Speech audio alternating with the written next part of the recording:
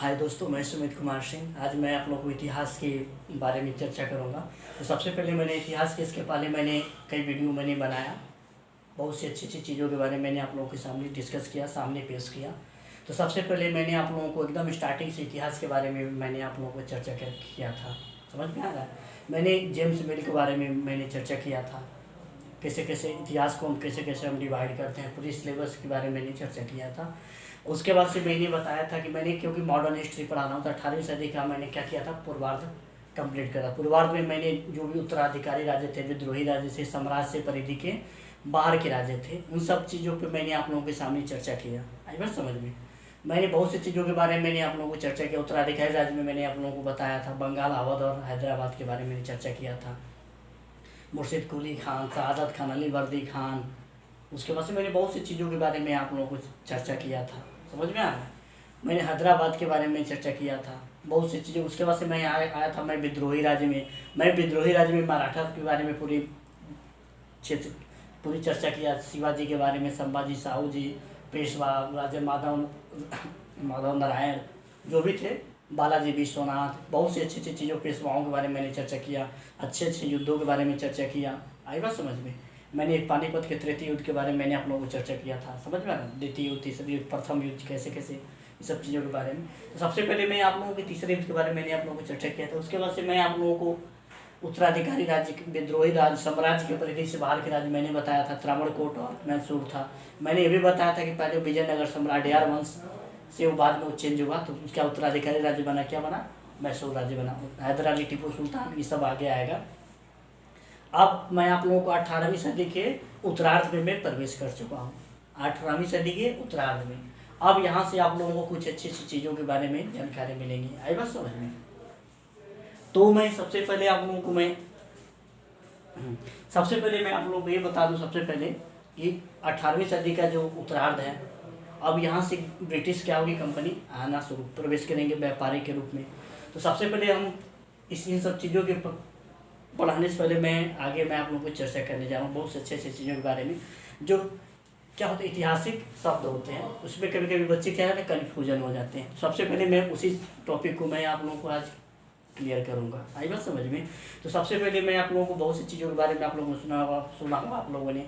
औपनिवेशिक क्या होता है, उपनिवेशवाद क्या होता है, उपनिवेश क्या होता है और उपनिवेशवाद क्या होता है। उसके बाद से उपनिवेशवाद को किन किन चरणों में हम डिवाइड करते हैं। वाणिज्यिक चरण क्या होता है, औद्योगिक चरण क्या होता है, वित्तीय चरण क्या होता है। इन सब चीज़ों के बारे में आप लोगों को आगे डिस्कस करूँगा। अब इसी वाणिज्यिक चरण में आप लोगों को बहुत से युद्ध, कर्नाटक युद्ध के बारे में आप लोगों को चर्चा करूँगा। उसके बाद से अच्छे अच्छे चीज़ों के बारे में। उसके बाद से मैं इलाहाबाद की संधि के बारे में चर्चा करूंगा। वांडीवास का युद्ध के बारे में आप लोगों को बताऊंगा। प्लासी का युद्ध बताऊंगा। जिससे सीरियल क्रम में आएगा, इसमें सारी अच्छी अच्छी चीज़ों के बारे में आप लोगों के सामने चर्चा होगी। जो आप लोगों को किस में आएगा, उपनिवेशवाद। तो सबसे पहले मैं चर्चा करूँगा औपनिवेशिक क्या होता है। जैसे मान लो कोई भी विकसित राष्ट्र है, बहुत ही विकसित राष्ट्र है, समझ में आ रहा है, और कोई कम विकसित राष्ट्र है, समझ में आ रहा है। जब कोई विकसित राष्ट्र और एक क्या है, कम विकसित यानी पिछड़ा राष्ट्र है, समझ में आ रहा है। बीच क्या होता है, संबंध। एक विकसित राष्ट्र, एक क्या होता है, पिछड़ा राष्ट्र, समझ में आ रहा है। जो विकसित राष्ट्र पिछड़ा राष्ट्र के क्या होगा, अधीनस्थ होगा, इनके बीच में क्या होगा, संबंध होगा, उसको हम क्या कहेंगे, औपनिवेशिक कहते हैं। आई बात समझ में। एक राष्ट्र क्या बहुत विकसित है, एक राष्ट्र क्या है, पिछड़ा हुआ है और उसके क्या है, अधीन है, अधीनस्थ है। इनके बीच जो भी संबंध आएंगे उसको हम क्या कहेंगे, औपनिवेशिक। क्या कहेंगे, औपनिवेशिक। आई बात समझ में। इसके बस औपनिवेशिक में होता क्या है मैं बता दूं कि जैसे मतलब जैसे क्या ब्रिटेन वाले आए, पुर्तगाल, डच, फ्रांस, जो भी कंपनियां आई, आप लोगों ने सुना होगा। रोमन बेजेंटाइन साम्राज्य के बारे में आप लोगों ने चर्चा सुना होगा। कुस्तुनतुनिया का पतन हुआ। उसके बाद से कैसे कैसे वो लोग क्या कि व्यापारिक मार्गों की खोज किए। उसमें हमारे यहाँ मसाले और काले मिर्च ये सब वगैरह होते थे। मैंने पूरा इसके पहले भी चर्चा किया था। कैसे कैसे फ्रांसिस डी अल्मोड़ा आता है, पुर्तगाल का वास्को डी गामा आता है। कैसे कैसे पुर्तगाल कंपनियाँ उसके बाद डच आते हैं, फ्रांसीसी, डच, ब्रिटेन, तो फ्रांसीसी, ऐसे करके सभी कंपनियाँ क्या होती हैं भारत में एक एक करके आती हैं। समझ में आ रहा है। जो एक व्यापार को क्या करती है, बढ़ावा देने के लिए। क्योंकि भारत से क्या करते हैं, सस्ते चीज़ों को क्या करते हैं, खरीदते हैं और वहाँ पे महंगे दाम पे क्या करते हैं, बेचते हैं, जिससे उनको मुनाफा होता है। समझ में आ रहा है। तो उसी के क्रम में मैं आप लोगों को औपनिवेशवाद के बारे में आप लोगों को चर्चा करने जा रहा हूँ। मैंने औपनिवेशिक के बारे में बताया कि एक विकसित देश होगा, एक क्या होगा, एक विकसित राष्ट्र होगा, एक पिछड़ा राष्ट्र होगा। दोनों के जो विकसित राष्ट्र क्योंकि एक दूसरे के अधीनस्थ होंगे। किसके अधीनस्थ होंगे? जो पिछड़ा राष्ट्र होगा अधीनस्थ होगा किसके? विकसित राष्ट्र की। तो क्या कहलाएगा? औपनिवेशिक कहलाएगा। अब औपनिवेशवाद के बारे में आप लोगों को चर्चा करूंगा। आई बात समझ में? देखिए औपनिवेशवाद होता क्या है, सबसे पहले मैं आप लोगों को चर्चा करने जा रहा हूँ। देखिए औपनिवेशवाद क्या होता है? जैसे मान लो कोई भी देश क्या है? विकसित है और संपन्न राष्ट्र द्वारा अपने को पिछड़े राष्ट्र पर आर्थिक, सामाजिक, राजनीतिक, समझ में आ रहा है? आर्थिक, सामाजिक, राजनीतिक तथा सांस्कृतिक क्या करता है? स्थापित करना तथा उन देशों के संसाधनों का क्या करना? उपयोग करना। उन संसाधनों का क्या करना? उपयोग करना। समझ में आ रहा है? जब उन संसाधनों का क्या उपयोग करेगा? अपने हित में करेगा। क्या करेगा? उन संसाधनों का क्या करेगा? उपयोग अपने हित में करेगा। तो उसी को हम क्या कहेंगे? औपनिवेशवाद। क्या कहेंगे? औपनिवेशवाद।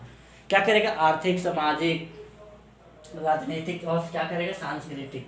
आर्थिक, सामाजिक, राजनीतिक और सांस्कृतिक स्थापित करेगा। उन देशों के संसाधनों का उपयोग भी करेगा। वो किसी लिए करेगा? अपने हित में, अपने हित के लिए करेगा।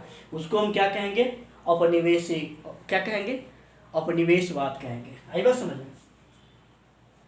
मतलब कोई बहुत बड़ा विकसित राष्ट्र, कोई बहुत बड़ा विकसित राष्ट्र है, संपन्न राष्ट्र है, वो क्या करेगा? किसी पिछड़े राष्ट्र पे क्या करेगा? आर्थिक, सामाजिक, राजनीतिक, सांस्कृतिक रूप से समझ में आ रहा है? आर्थिक, सामाजिक, सांस्कृतिक, राजनीतिक रूप से क्या करेगा? अपना दबदबा यानी कब्जा जमाएगा। समझ में आ रहा है? और उसके संसाधन जो भी होंगे, उसके संसाधनों का क्या करेगा? अपने हित में क्या करेगा? उसका उपयोग करेगा। उसी को हम क्या कहेंगे? औपनिवेशवाद कहेंगे। आई बात समझ में? उसके बाद से देखो क्या था, उपनिवेश क्या होता है। अब मैं आप लोगों को उपनिवेश के बारे में चर्चा करूंगा, क्योंकि उपनिवेश भी बहुत अच्छी चीज़ है। सबसे पहले मैं इसके बारे में चर्चा करने जा रहा हूँ।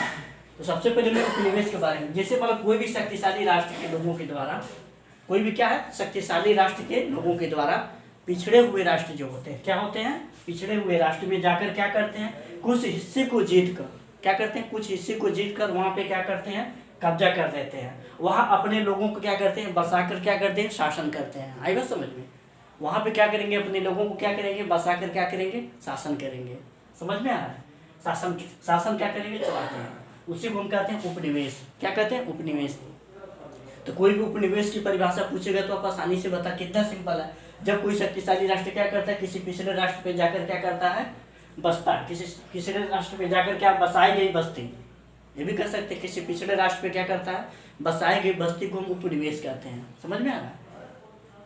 इतना आसान डिफिनेशन है। किसी शक्तिशाली राष्ट्र के द्वारा क्या होता है? किसी पिछड़े राष्ट्र पे बसाए गए क्या होते हैं? कॉलोनी होती है। समझ में आ रहा है? बस्ती होती है, उसी को हम उपनिवेश कहते हैं। और एक और डिफिनेशन में आप लोगों को लिख सकते हैं, उपनिवेश बनने की प्रक्रिया में जो क्या करता है? जो शक्तिशाली जो क्या होता है? देश, राष्ट्र या देश होता है, जाकर वहाँ पे कुछ हिस्सों को क्या करता है? जीतता है।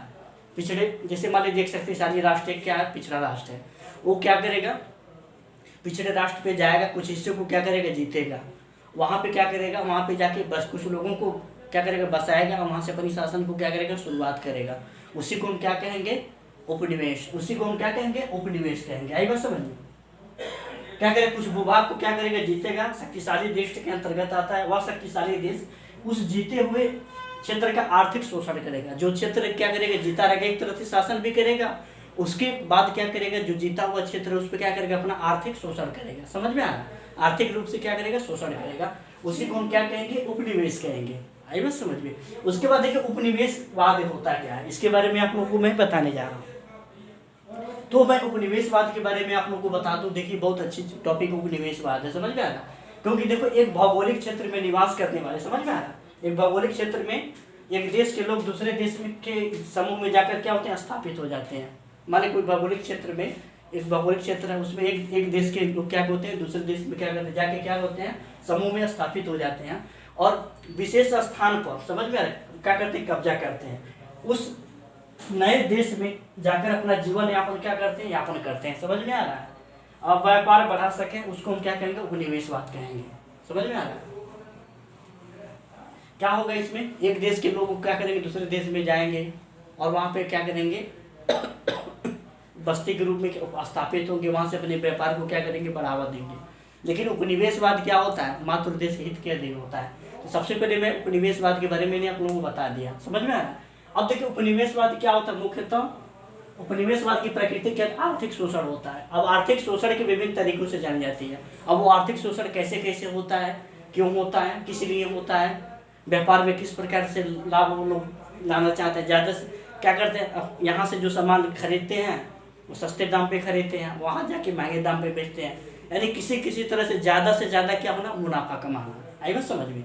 जब वो ज़्यादा से ज़्यादा क्या करेंगे, मुनाफा कमाएंगे, समझ में आ रहा है, ज़्यादा से ज़्यादा क्या करेंगे, शोषण करेंगे, तो बाद में वो क्या करेगा, उपनिवेशवाद के बारे में। अब देखो ये जो उपनिवेशवाद 3 चरण में हम इसको डिवाइड करेंगे।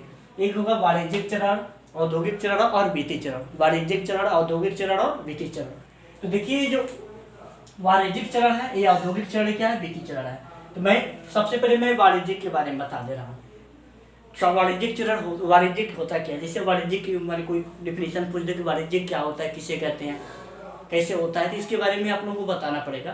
तो वाणिज्यिक क्या होता है, जैसे मान लीजिए कोई भी, जैसे मान लीजिए क्या होता है, एक ऐसा व्यवसाय उद्यम है जिसमें चीज़ों को सस्ती कीमत पे क्या करना, सस्ती कीमत पर खरीद कर ज़्यादा कीमत पे क्या होते हैं, बेचते हैं, समझ में आ रहा है। यानी मुख्य रूप से व्यापार के जरिए क्या होते हैं, मुनाफा कमा सकें, उसी को हम कहते हैं वाणिज्यिक। उसी को हम क्या कहेंगे, वाणिज्यिक। यानी क्या करेंगे, सस्ते दामों पे चीज़ को खरीदेंगे और महंगे दाम पे क्या करेंगे, बेचेंगे, जिससे हमको ज़्यादा से ज़्यादा क्या हो, मुनाफा हो, उसी को हम क्या कहेंगे, वाणिज्यिक।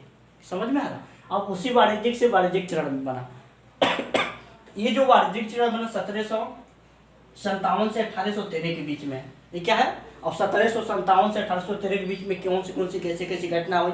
अब ये जो वाणिज्यिक चरण 1813 का जो चार्टर एक्ट है, व्यापारिक अधिकार को क्या समाप्त किया, चाय चीनी वाला जो भी आ गई, तो मान लीजिए पॉलिटिक्स से भाग में, लेकिन इस हिस्ट्री में भी इसको एक दूसरे को लिंक करके हम इसको पढ़ेंगे। तो इतिहास में क्या होता है, हम इकोनॉमिक्स को लिंक कर दें, जोड़ दें, उसके बाद से हम क्या करें, पॉलिटी को जोड़ दें, तब जाकर हम बहुत अच्छे एक स्ट्रक्चर बन जाएगा माइंड में, समझ में आ रहा है। उस स्ट्रक्चर के अकॉर्डिंग हम क्या करेंगे, पढ़ेंगे तो बहुत अच्छा होगा, समझ में आ रहा है। देखिए वाणिज्यिक चरण में 1757 से 1813 के आसपास है, समझ में आ रहा है। अब इस काल में कंपनियों का उद्देश्य भारत से जो भी संसाधन प्राप्त होंगे, व्यापार में क्या करेंगे, निवेश को क्या करेंगे, बढ़ाएंगे, क्या करेंगे, निवेश को बढ़ाएंगे, समझ में आ रहा है। कंपनी का उद्देश्य क्या, भारत से जो भी संसाधन, समझ में, संसाधनों से व्यापार में निवेश को बढ़ाना, ताकि कंपनी अधिक से अधिक लाभ और शेयर धारकों को क्या मिल सके, मुनाफा मिल सके। आई बात समझ में, ऐसे होते हैं, इसको हम कहते हैं वाणिज्यिक चरण। अब 1757 के बाद प्लासी का युद्ध आप लोगों ने सुना होगा।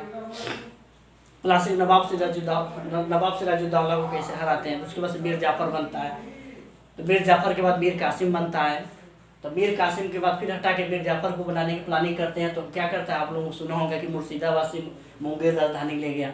मुर्शिदाबाद पहले ही राजधानी था, आप लोगों को सुना होगा। मुर्शिद कुली खान था, अली वर्दी खान था, जो भी आए आसपास में, जो भी बंगाल के जो भी छोटे छोटे जो नवाब आए थे। तो 1757 में क्या, तो प्लासी का युद्ध हुआ था, समझ में आ रहा। 1757 में किसका युद्ध, प्लासी का युद्ध हुआ था। और उसी प्लासी के युद्ध के बाद कुछ क्या हो, बंगाल के क्या हो गई, उनको दीवानी प्राप्त हो गई, समझ में आ रहा है।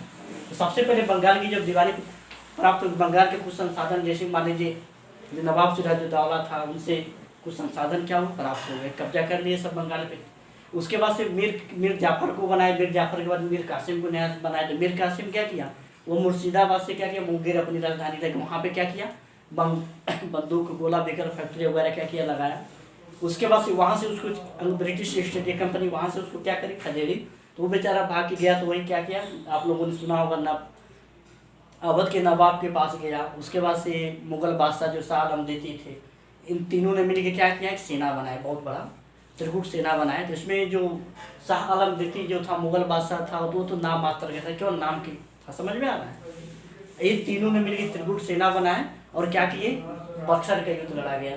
तो ये बक्सर के युद्ध एक निर्णायक युद्ध था, समझ में आ रहा है। बक्सर के युद्ध एक निर्णायक युद्ध था और ब्रिटिश ईस्ट इंडिया कंपनी की विजय थी, यानी फतेह थी। तो उसमें देखो होता क्या है, आप लोगों ने सुना होगा हेक्टर मुनरो के बारे में। हेक्टर मुनरो क्या था, बहुत कुशल और सेनापति था, समझ में आ रहा है। तो ये जो कुशल सेनापति था, उसने क्या किया, सबसे पहले बंदूक के बल पे क्या किया, इस युद्ध को जीत लिया। उसके बाद से 1765 में इलाहाबाद की संधि हो गई। 1765 में इलाहाबाद की संधि हुई, वहीं से क्या हुआ, बंगाल पर भी क्या कब्जा नहीं, बल्कि पूरी भारत पे क्या किए, सब कब्जा जमा लिए। उसके बाद से वो लोग क्या किए, दीवानी चुंगी कर वगैरह वसूलना, समझ में आ रहा है। और हमारे आर्थिक को क्या करना, शोषण करना। यहीं से क्या हुआ, उपनिवेशवाद का उद्भव हुआ। उपनिवेशवाद धीरे धीरे क्या हुआ, आगे बढ़ते चला गया। बाद में आप लोगों को पढ़ाऊंगा औद्योगिकरण 1813 से 1858, 1858 से 1947 तक क्या हो जाएगा, ब्रिटिशरण क्या हो जाएगा, समाप्त हो जाएगा। अब यहाँ से इस क्लास को मैं समाप्त करता हूँ, फिर नेक्स्ट क्लास में आप लोगों से मिलूंगा। जय हिंद, जय भारत।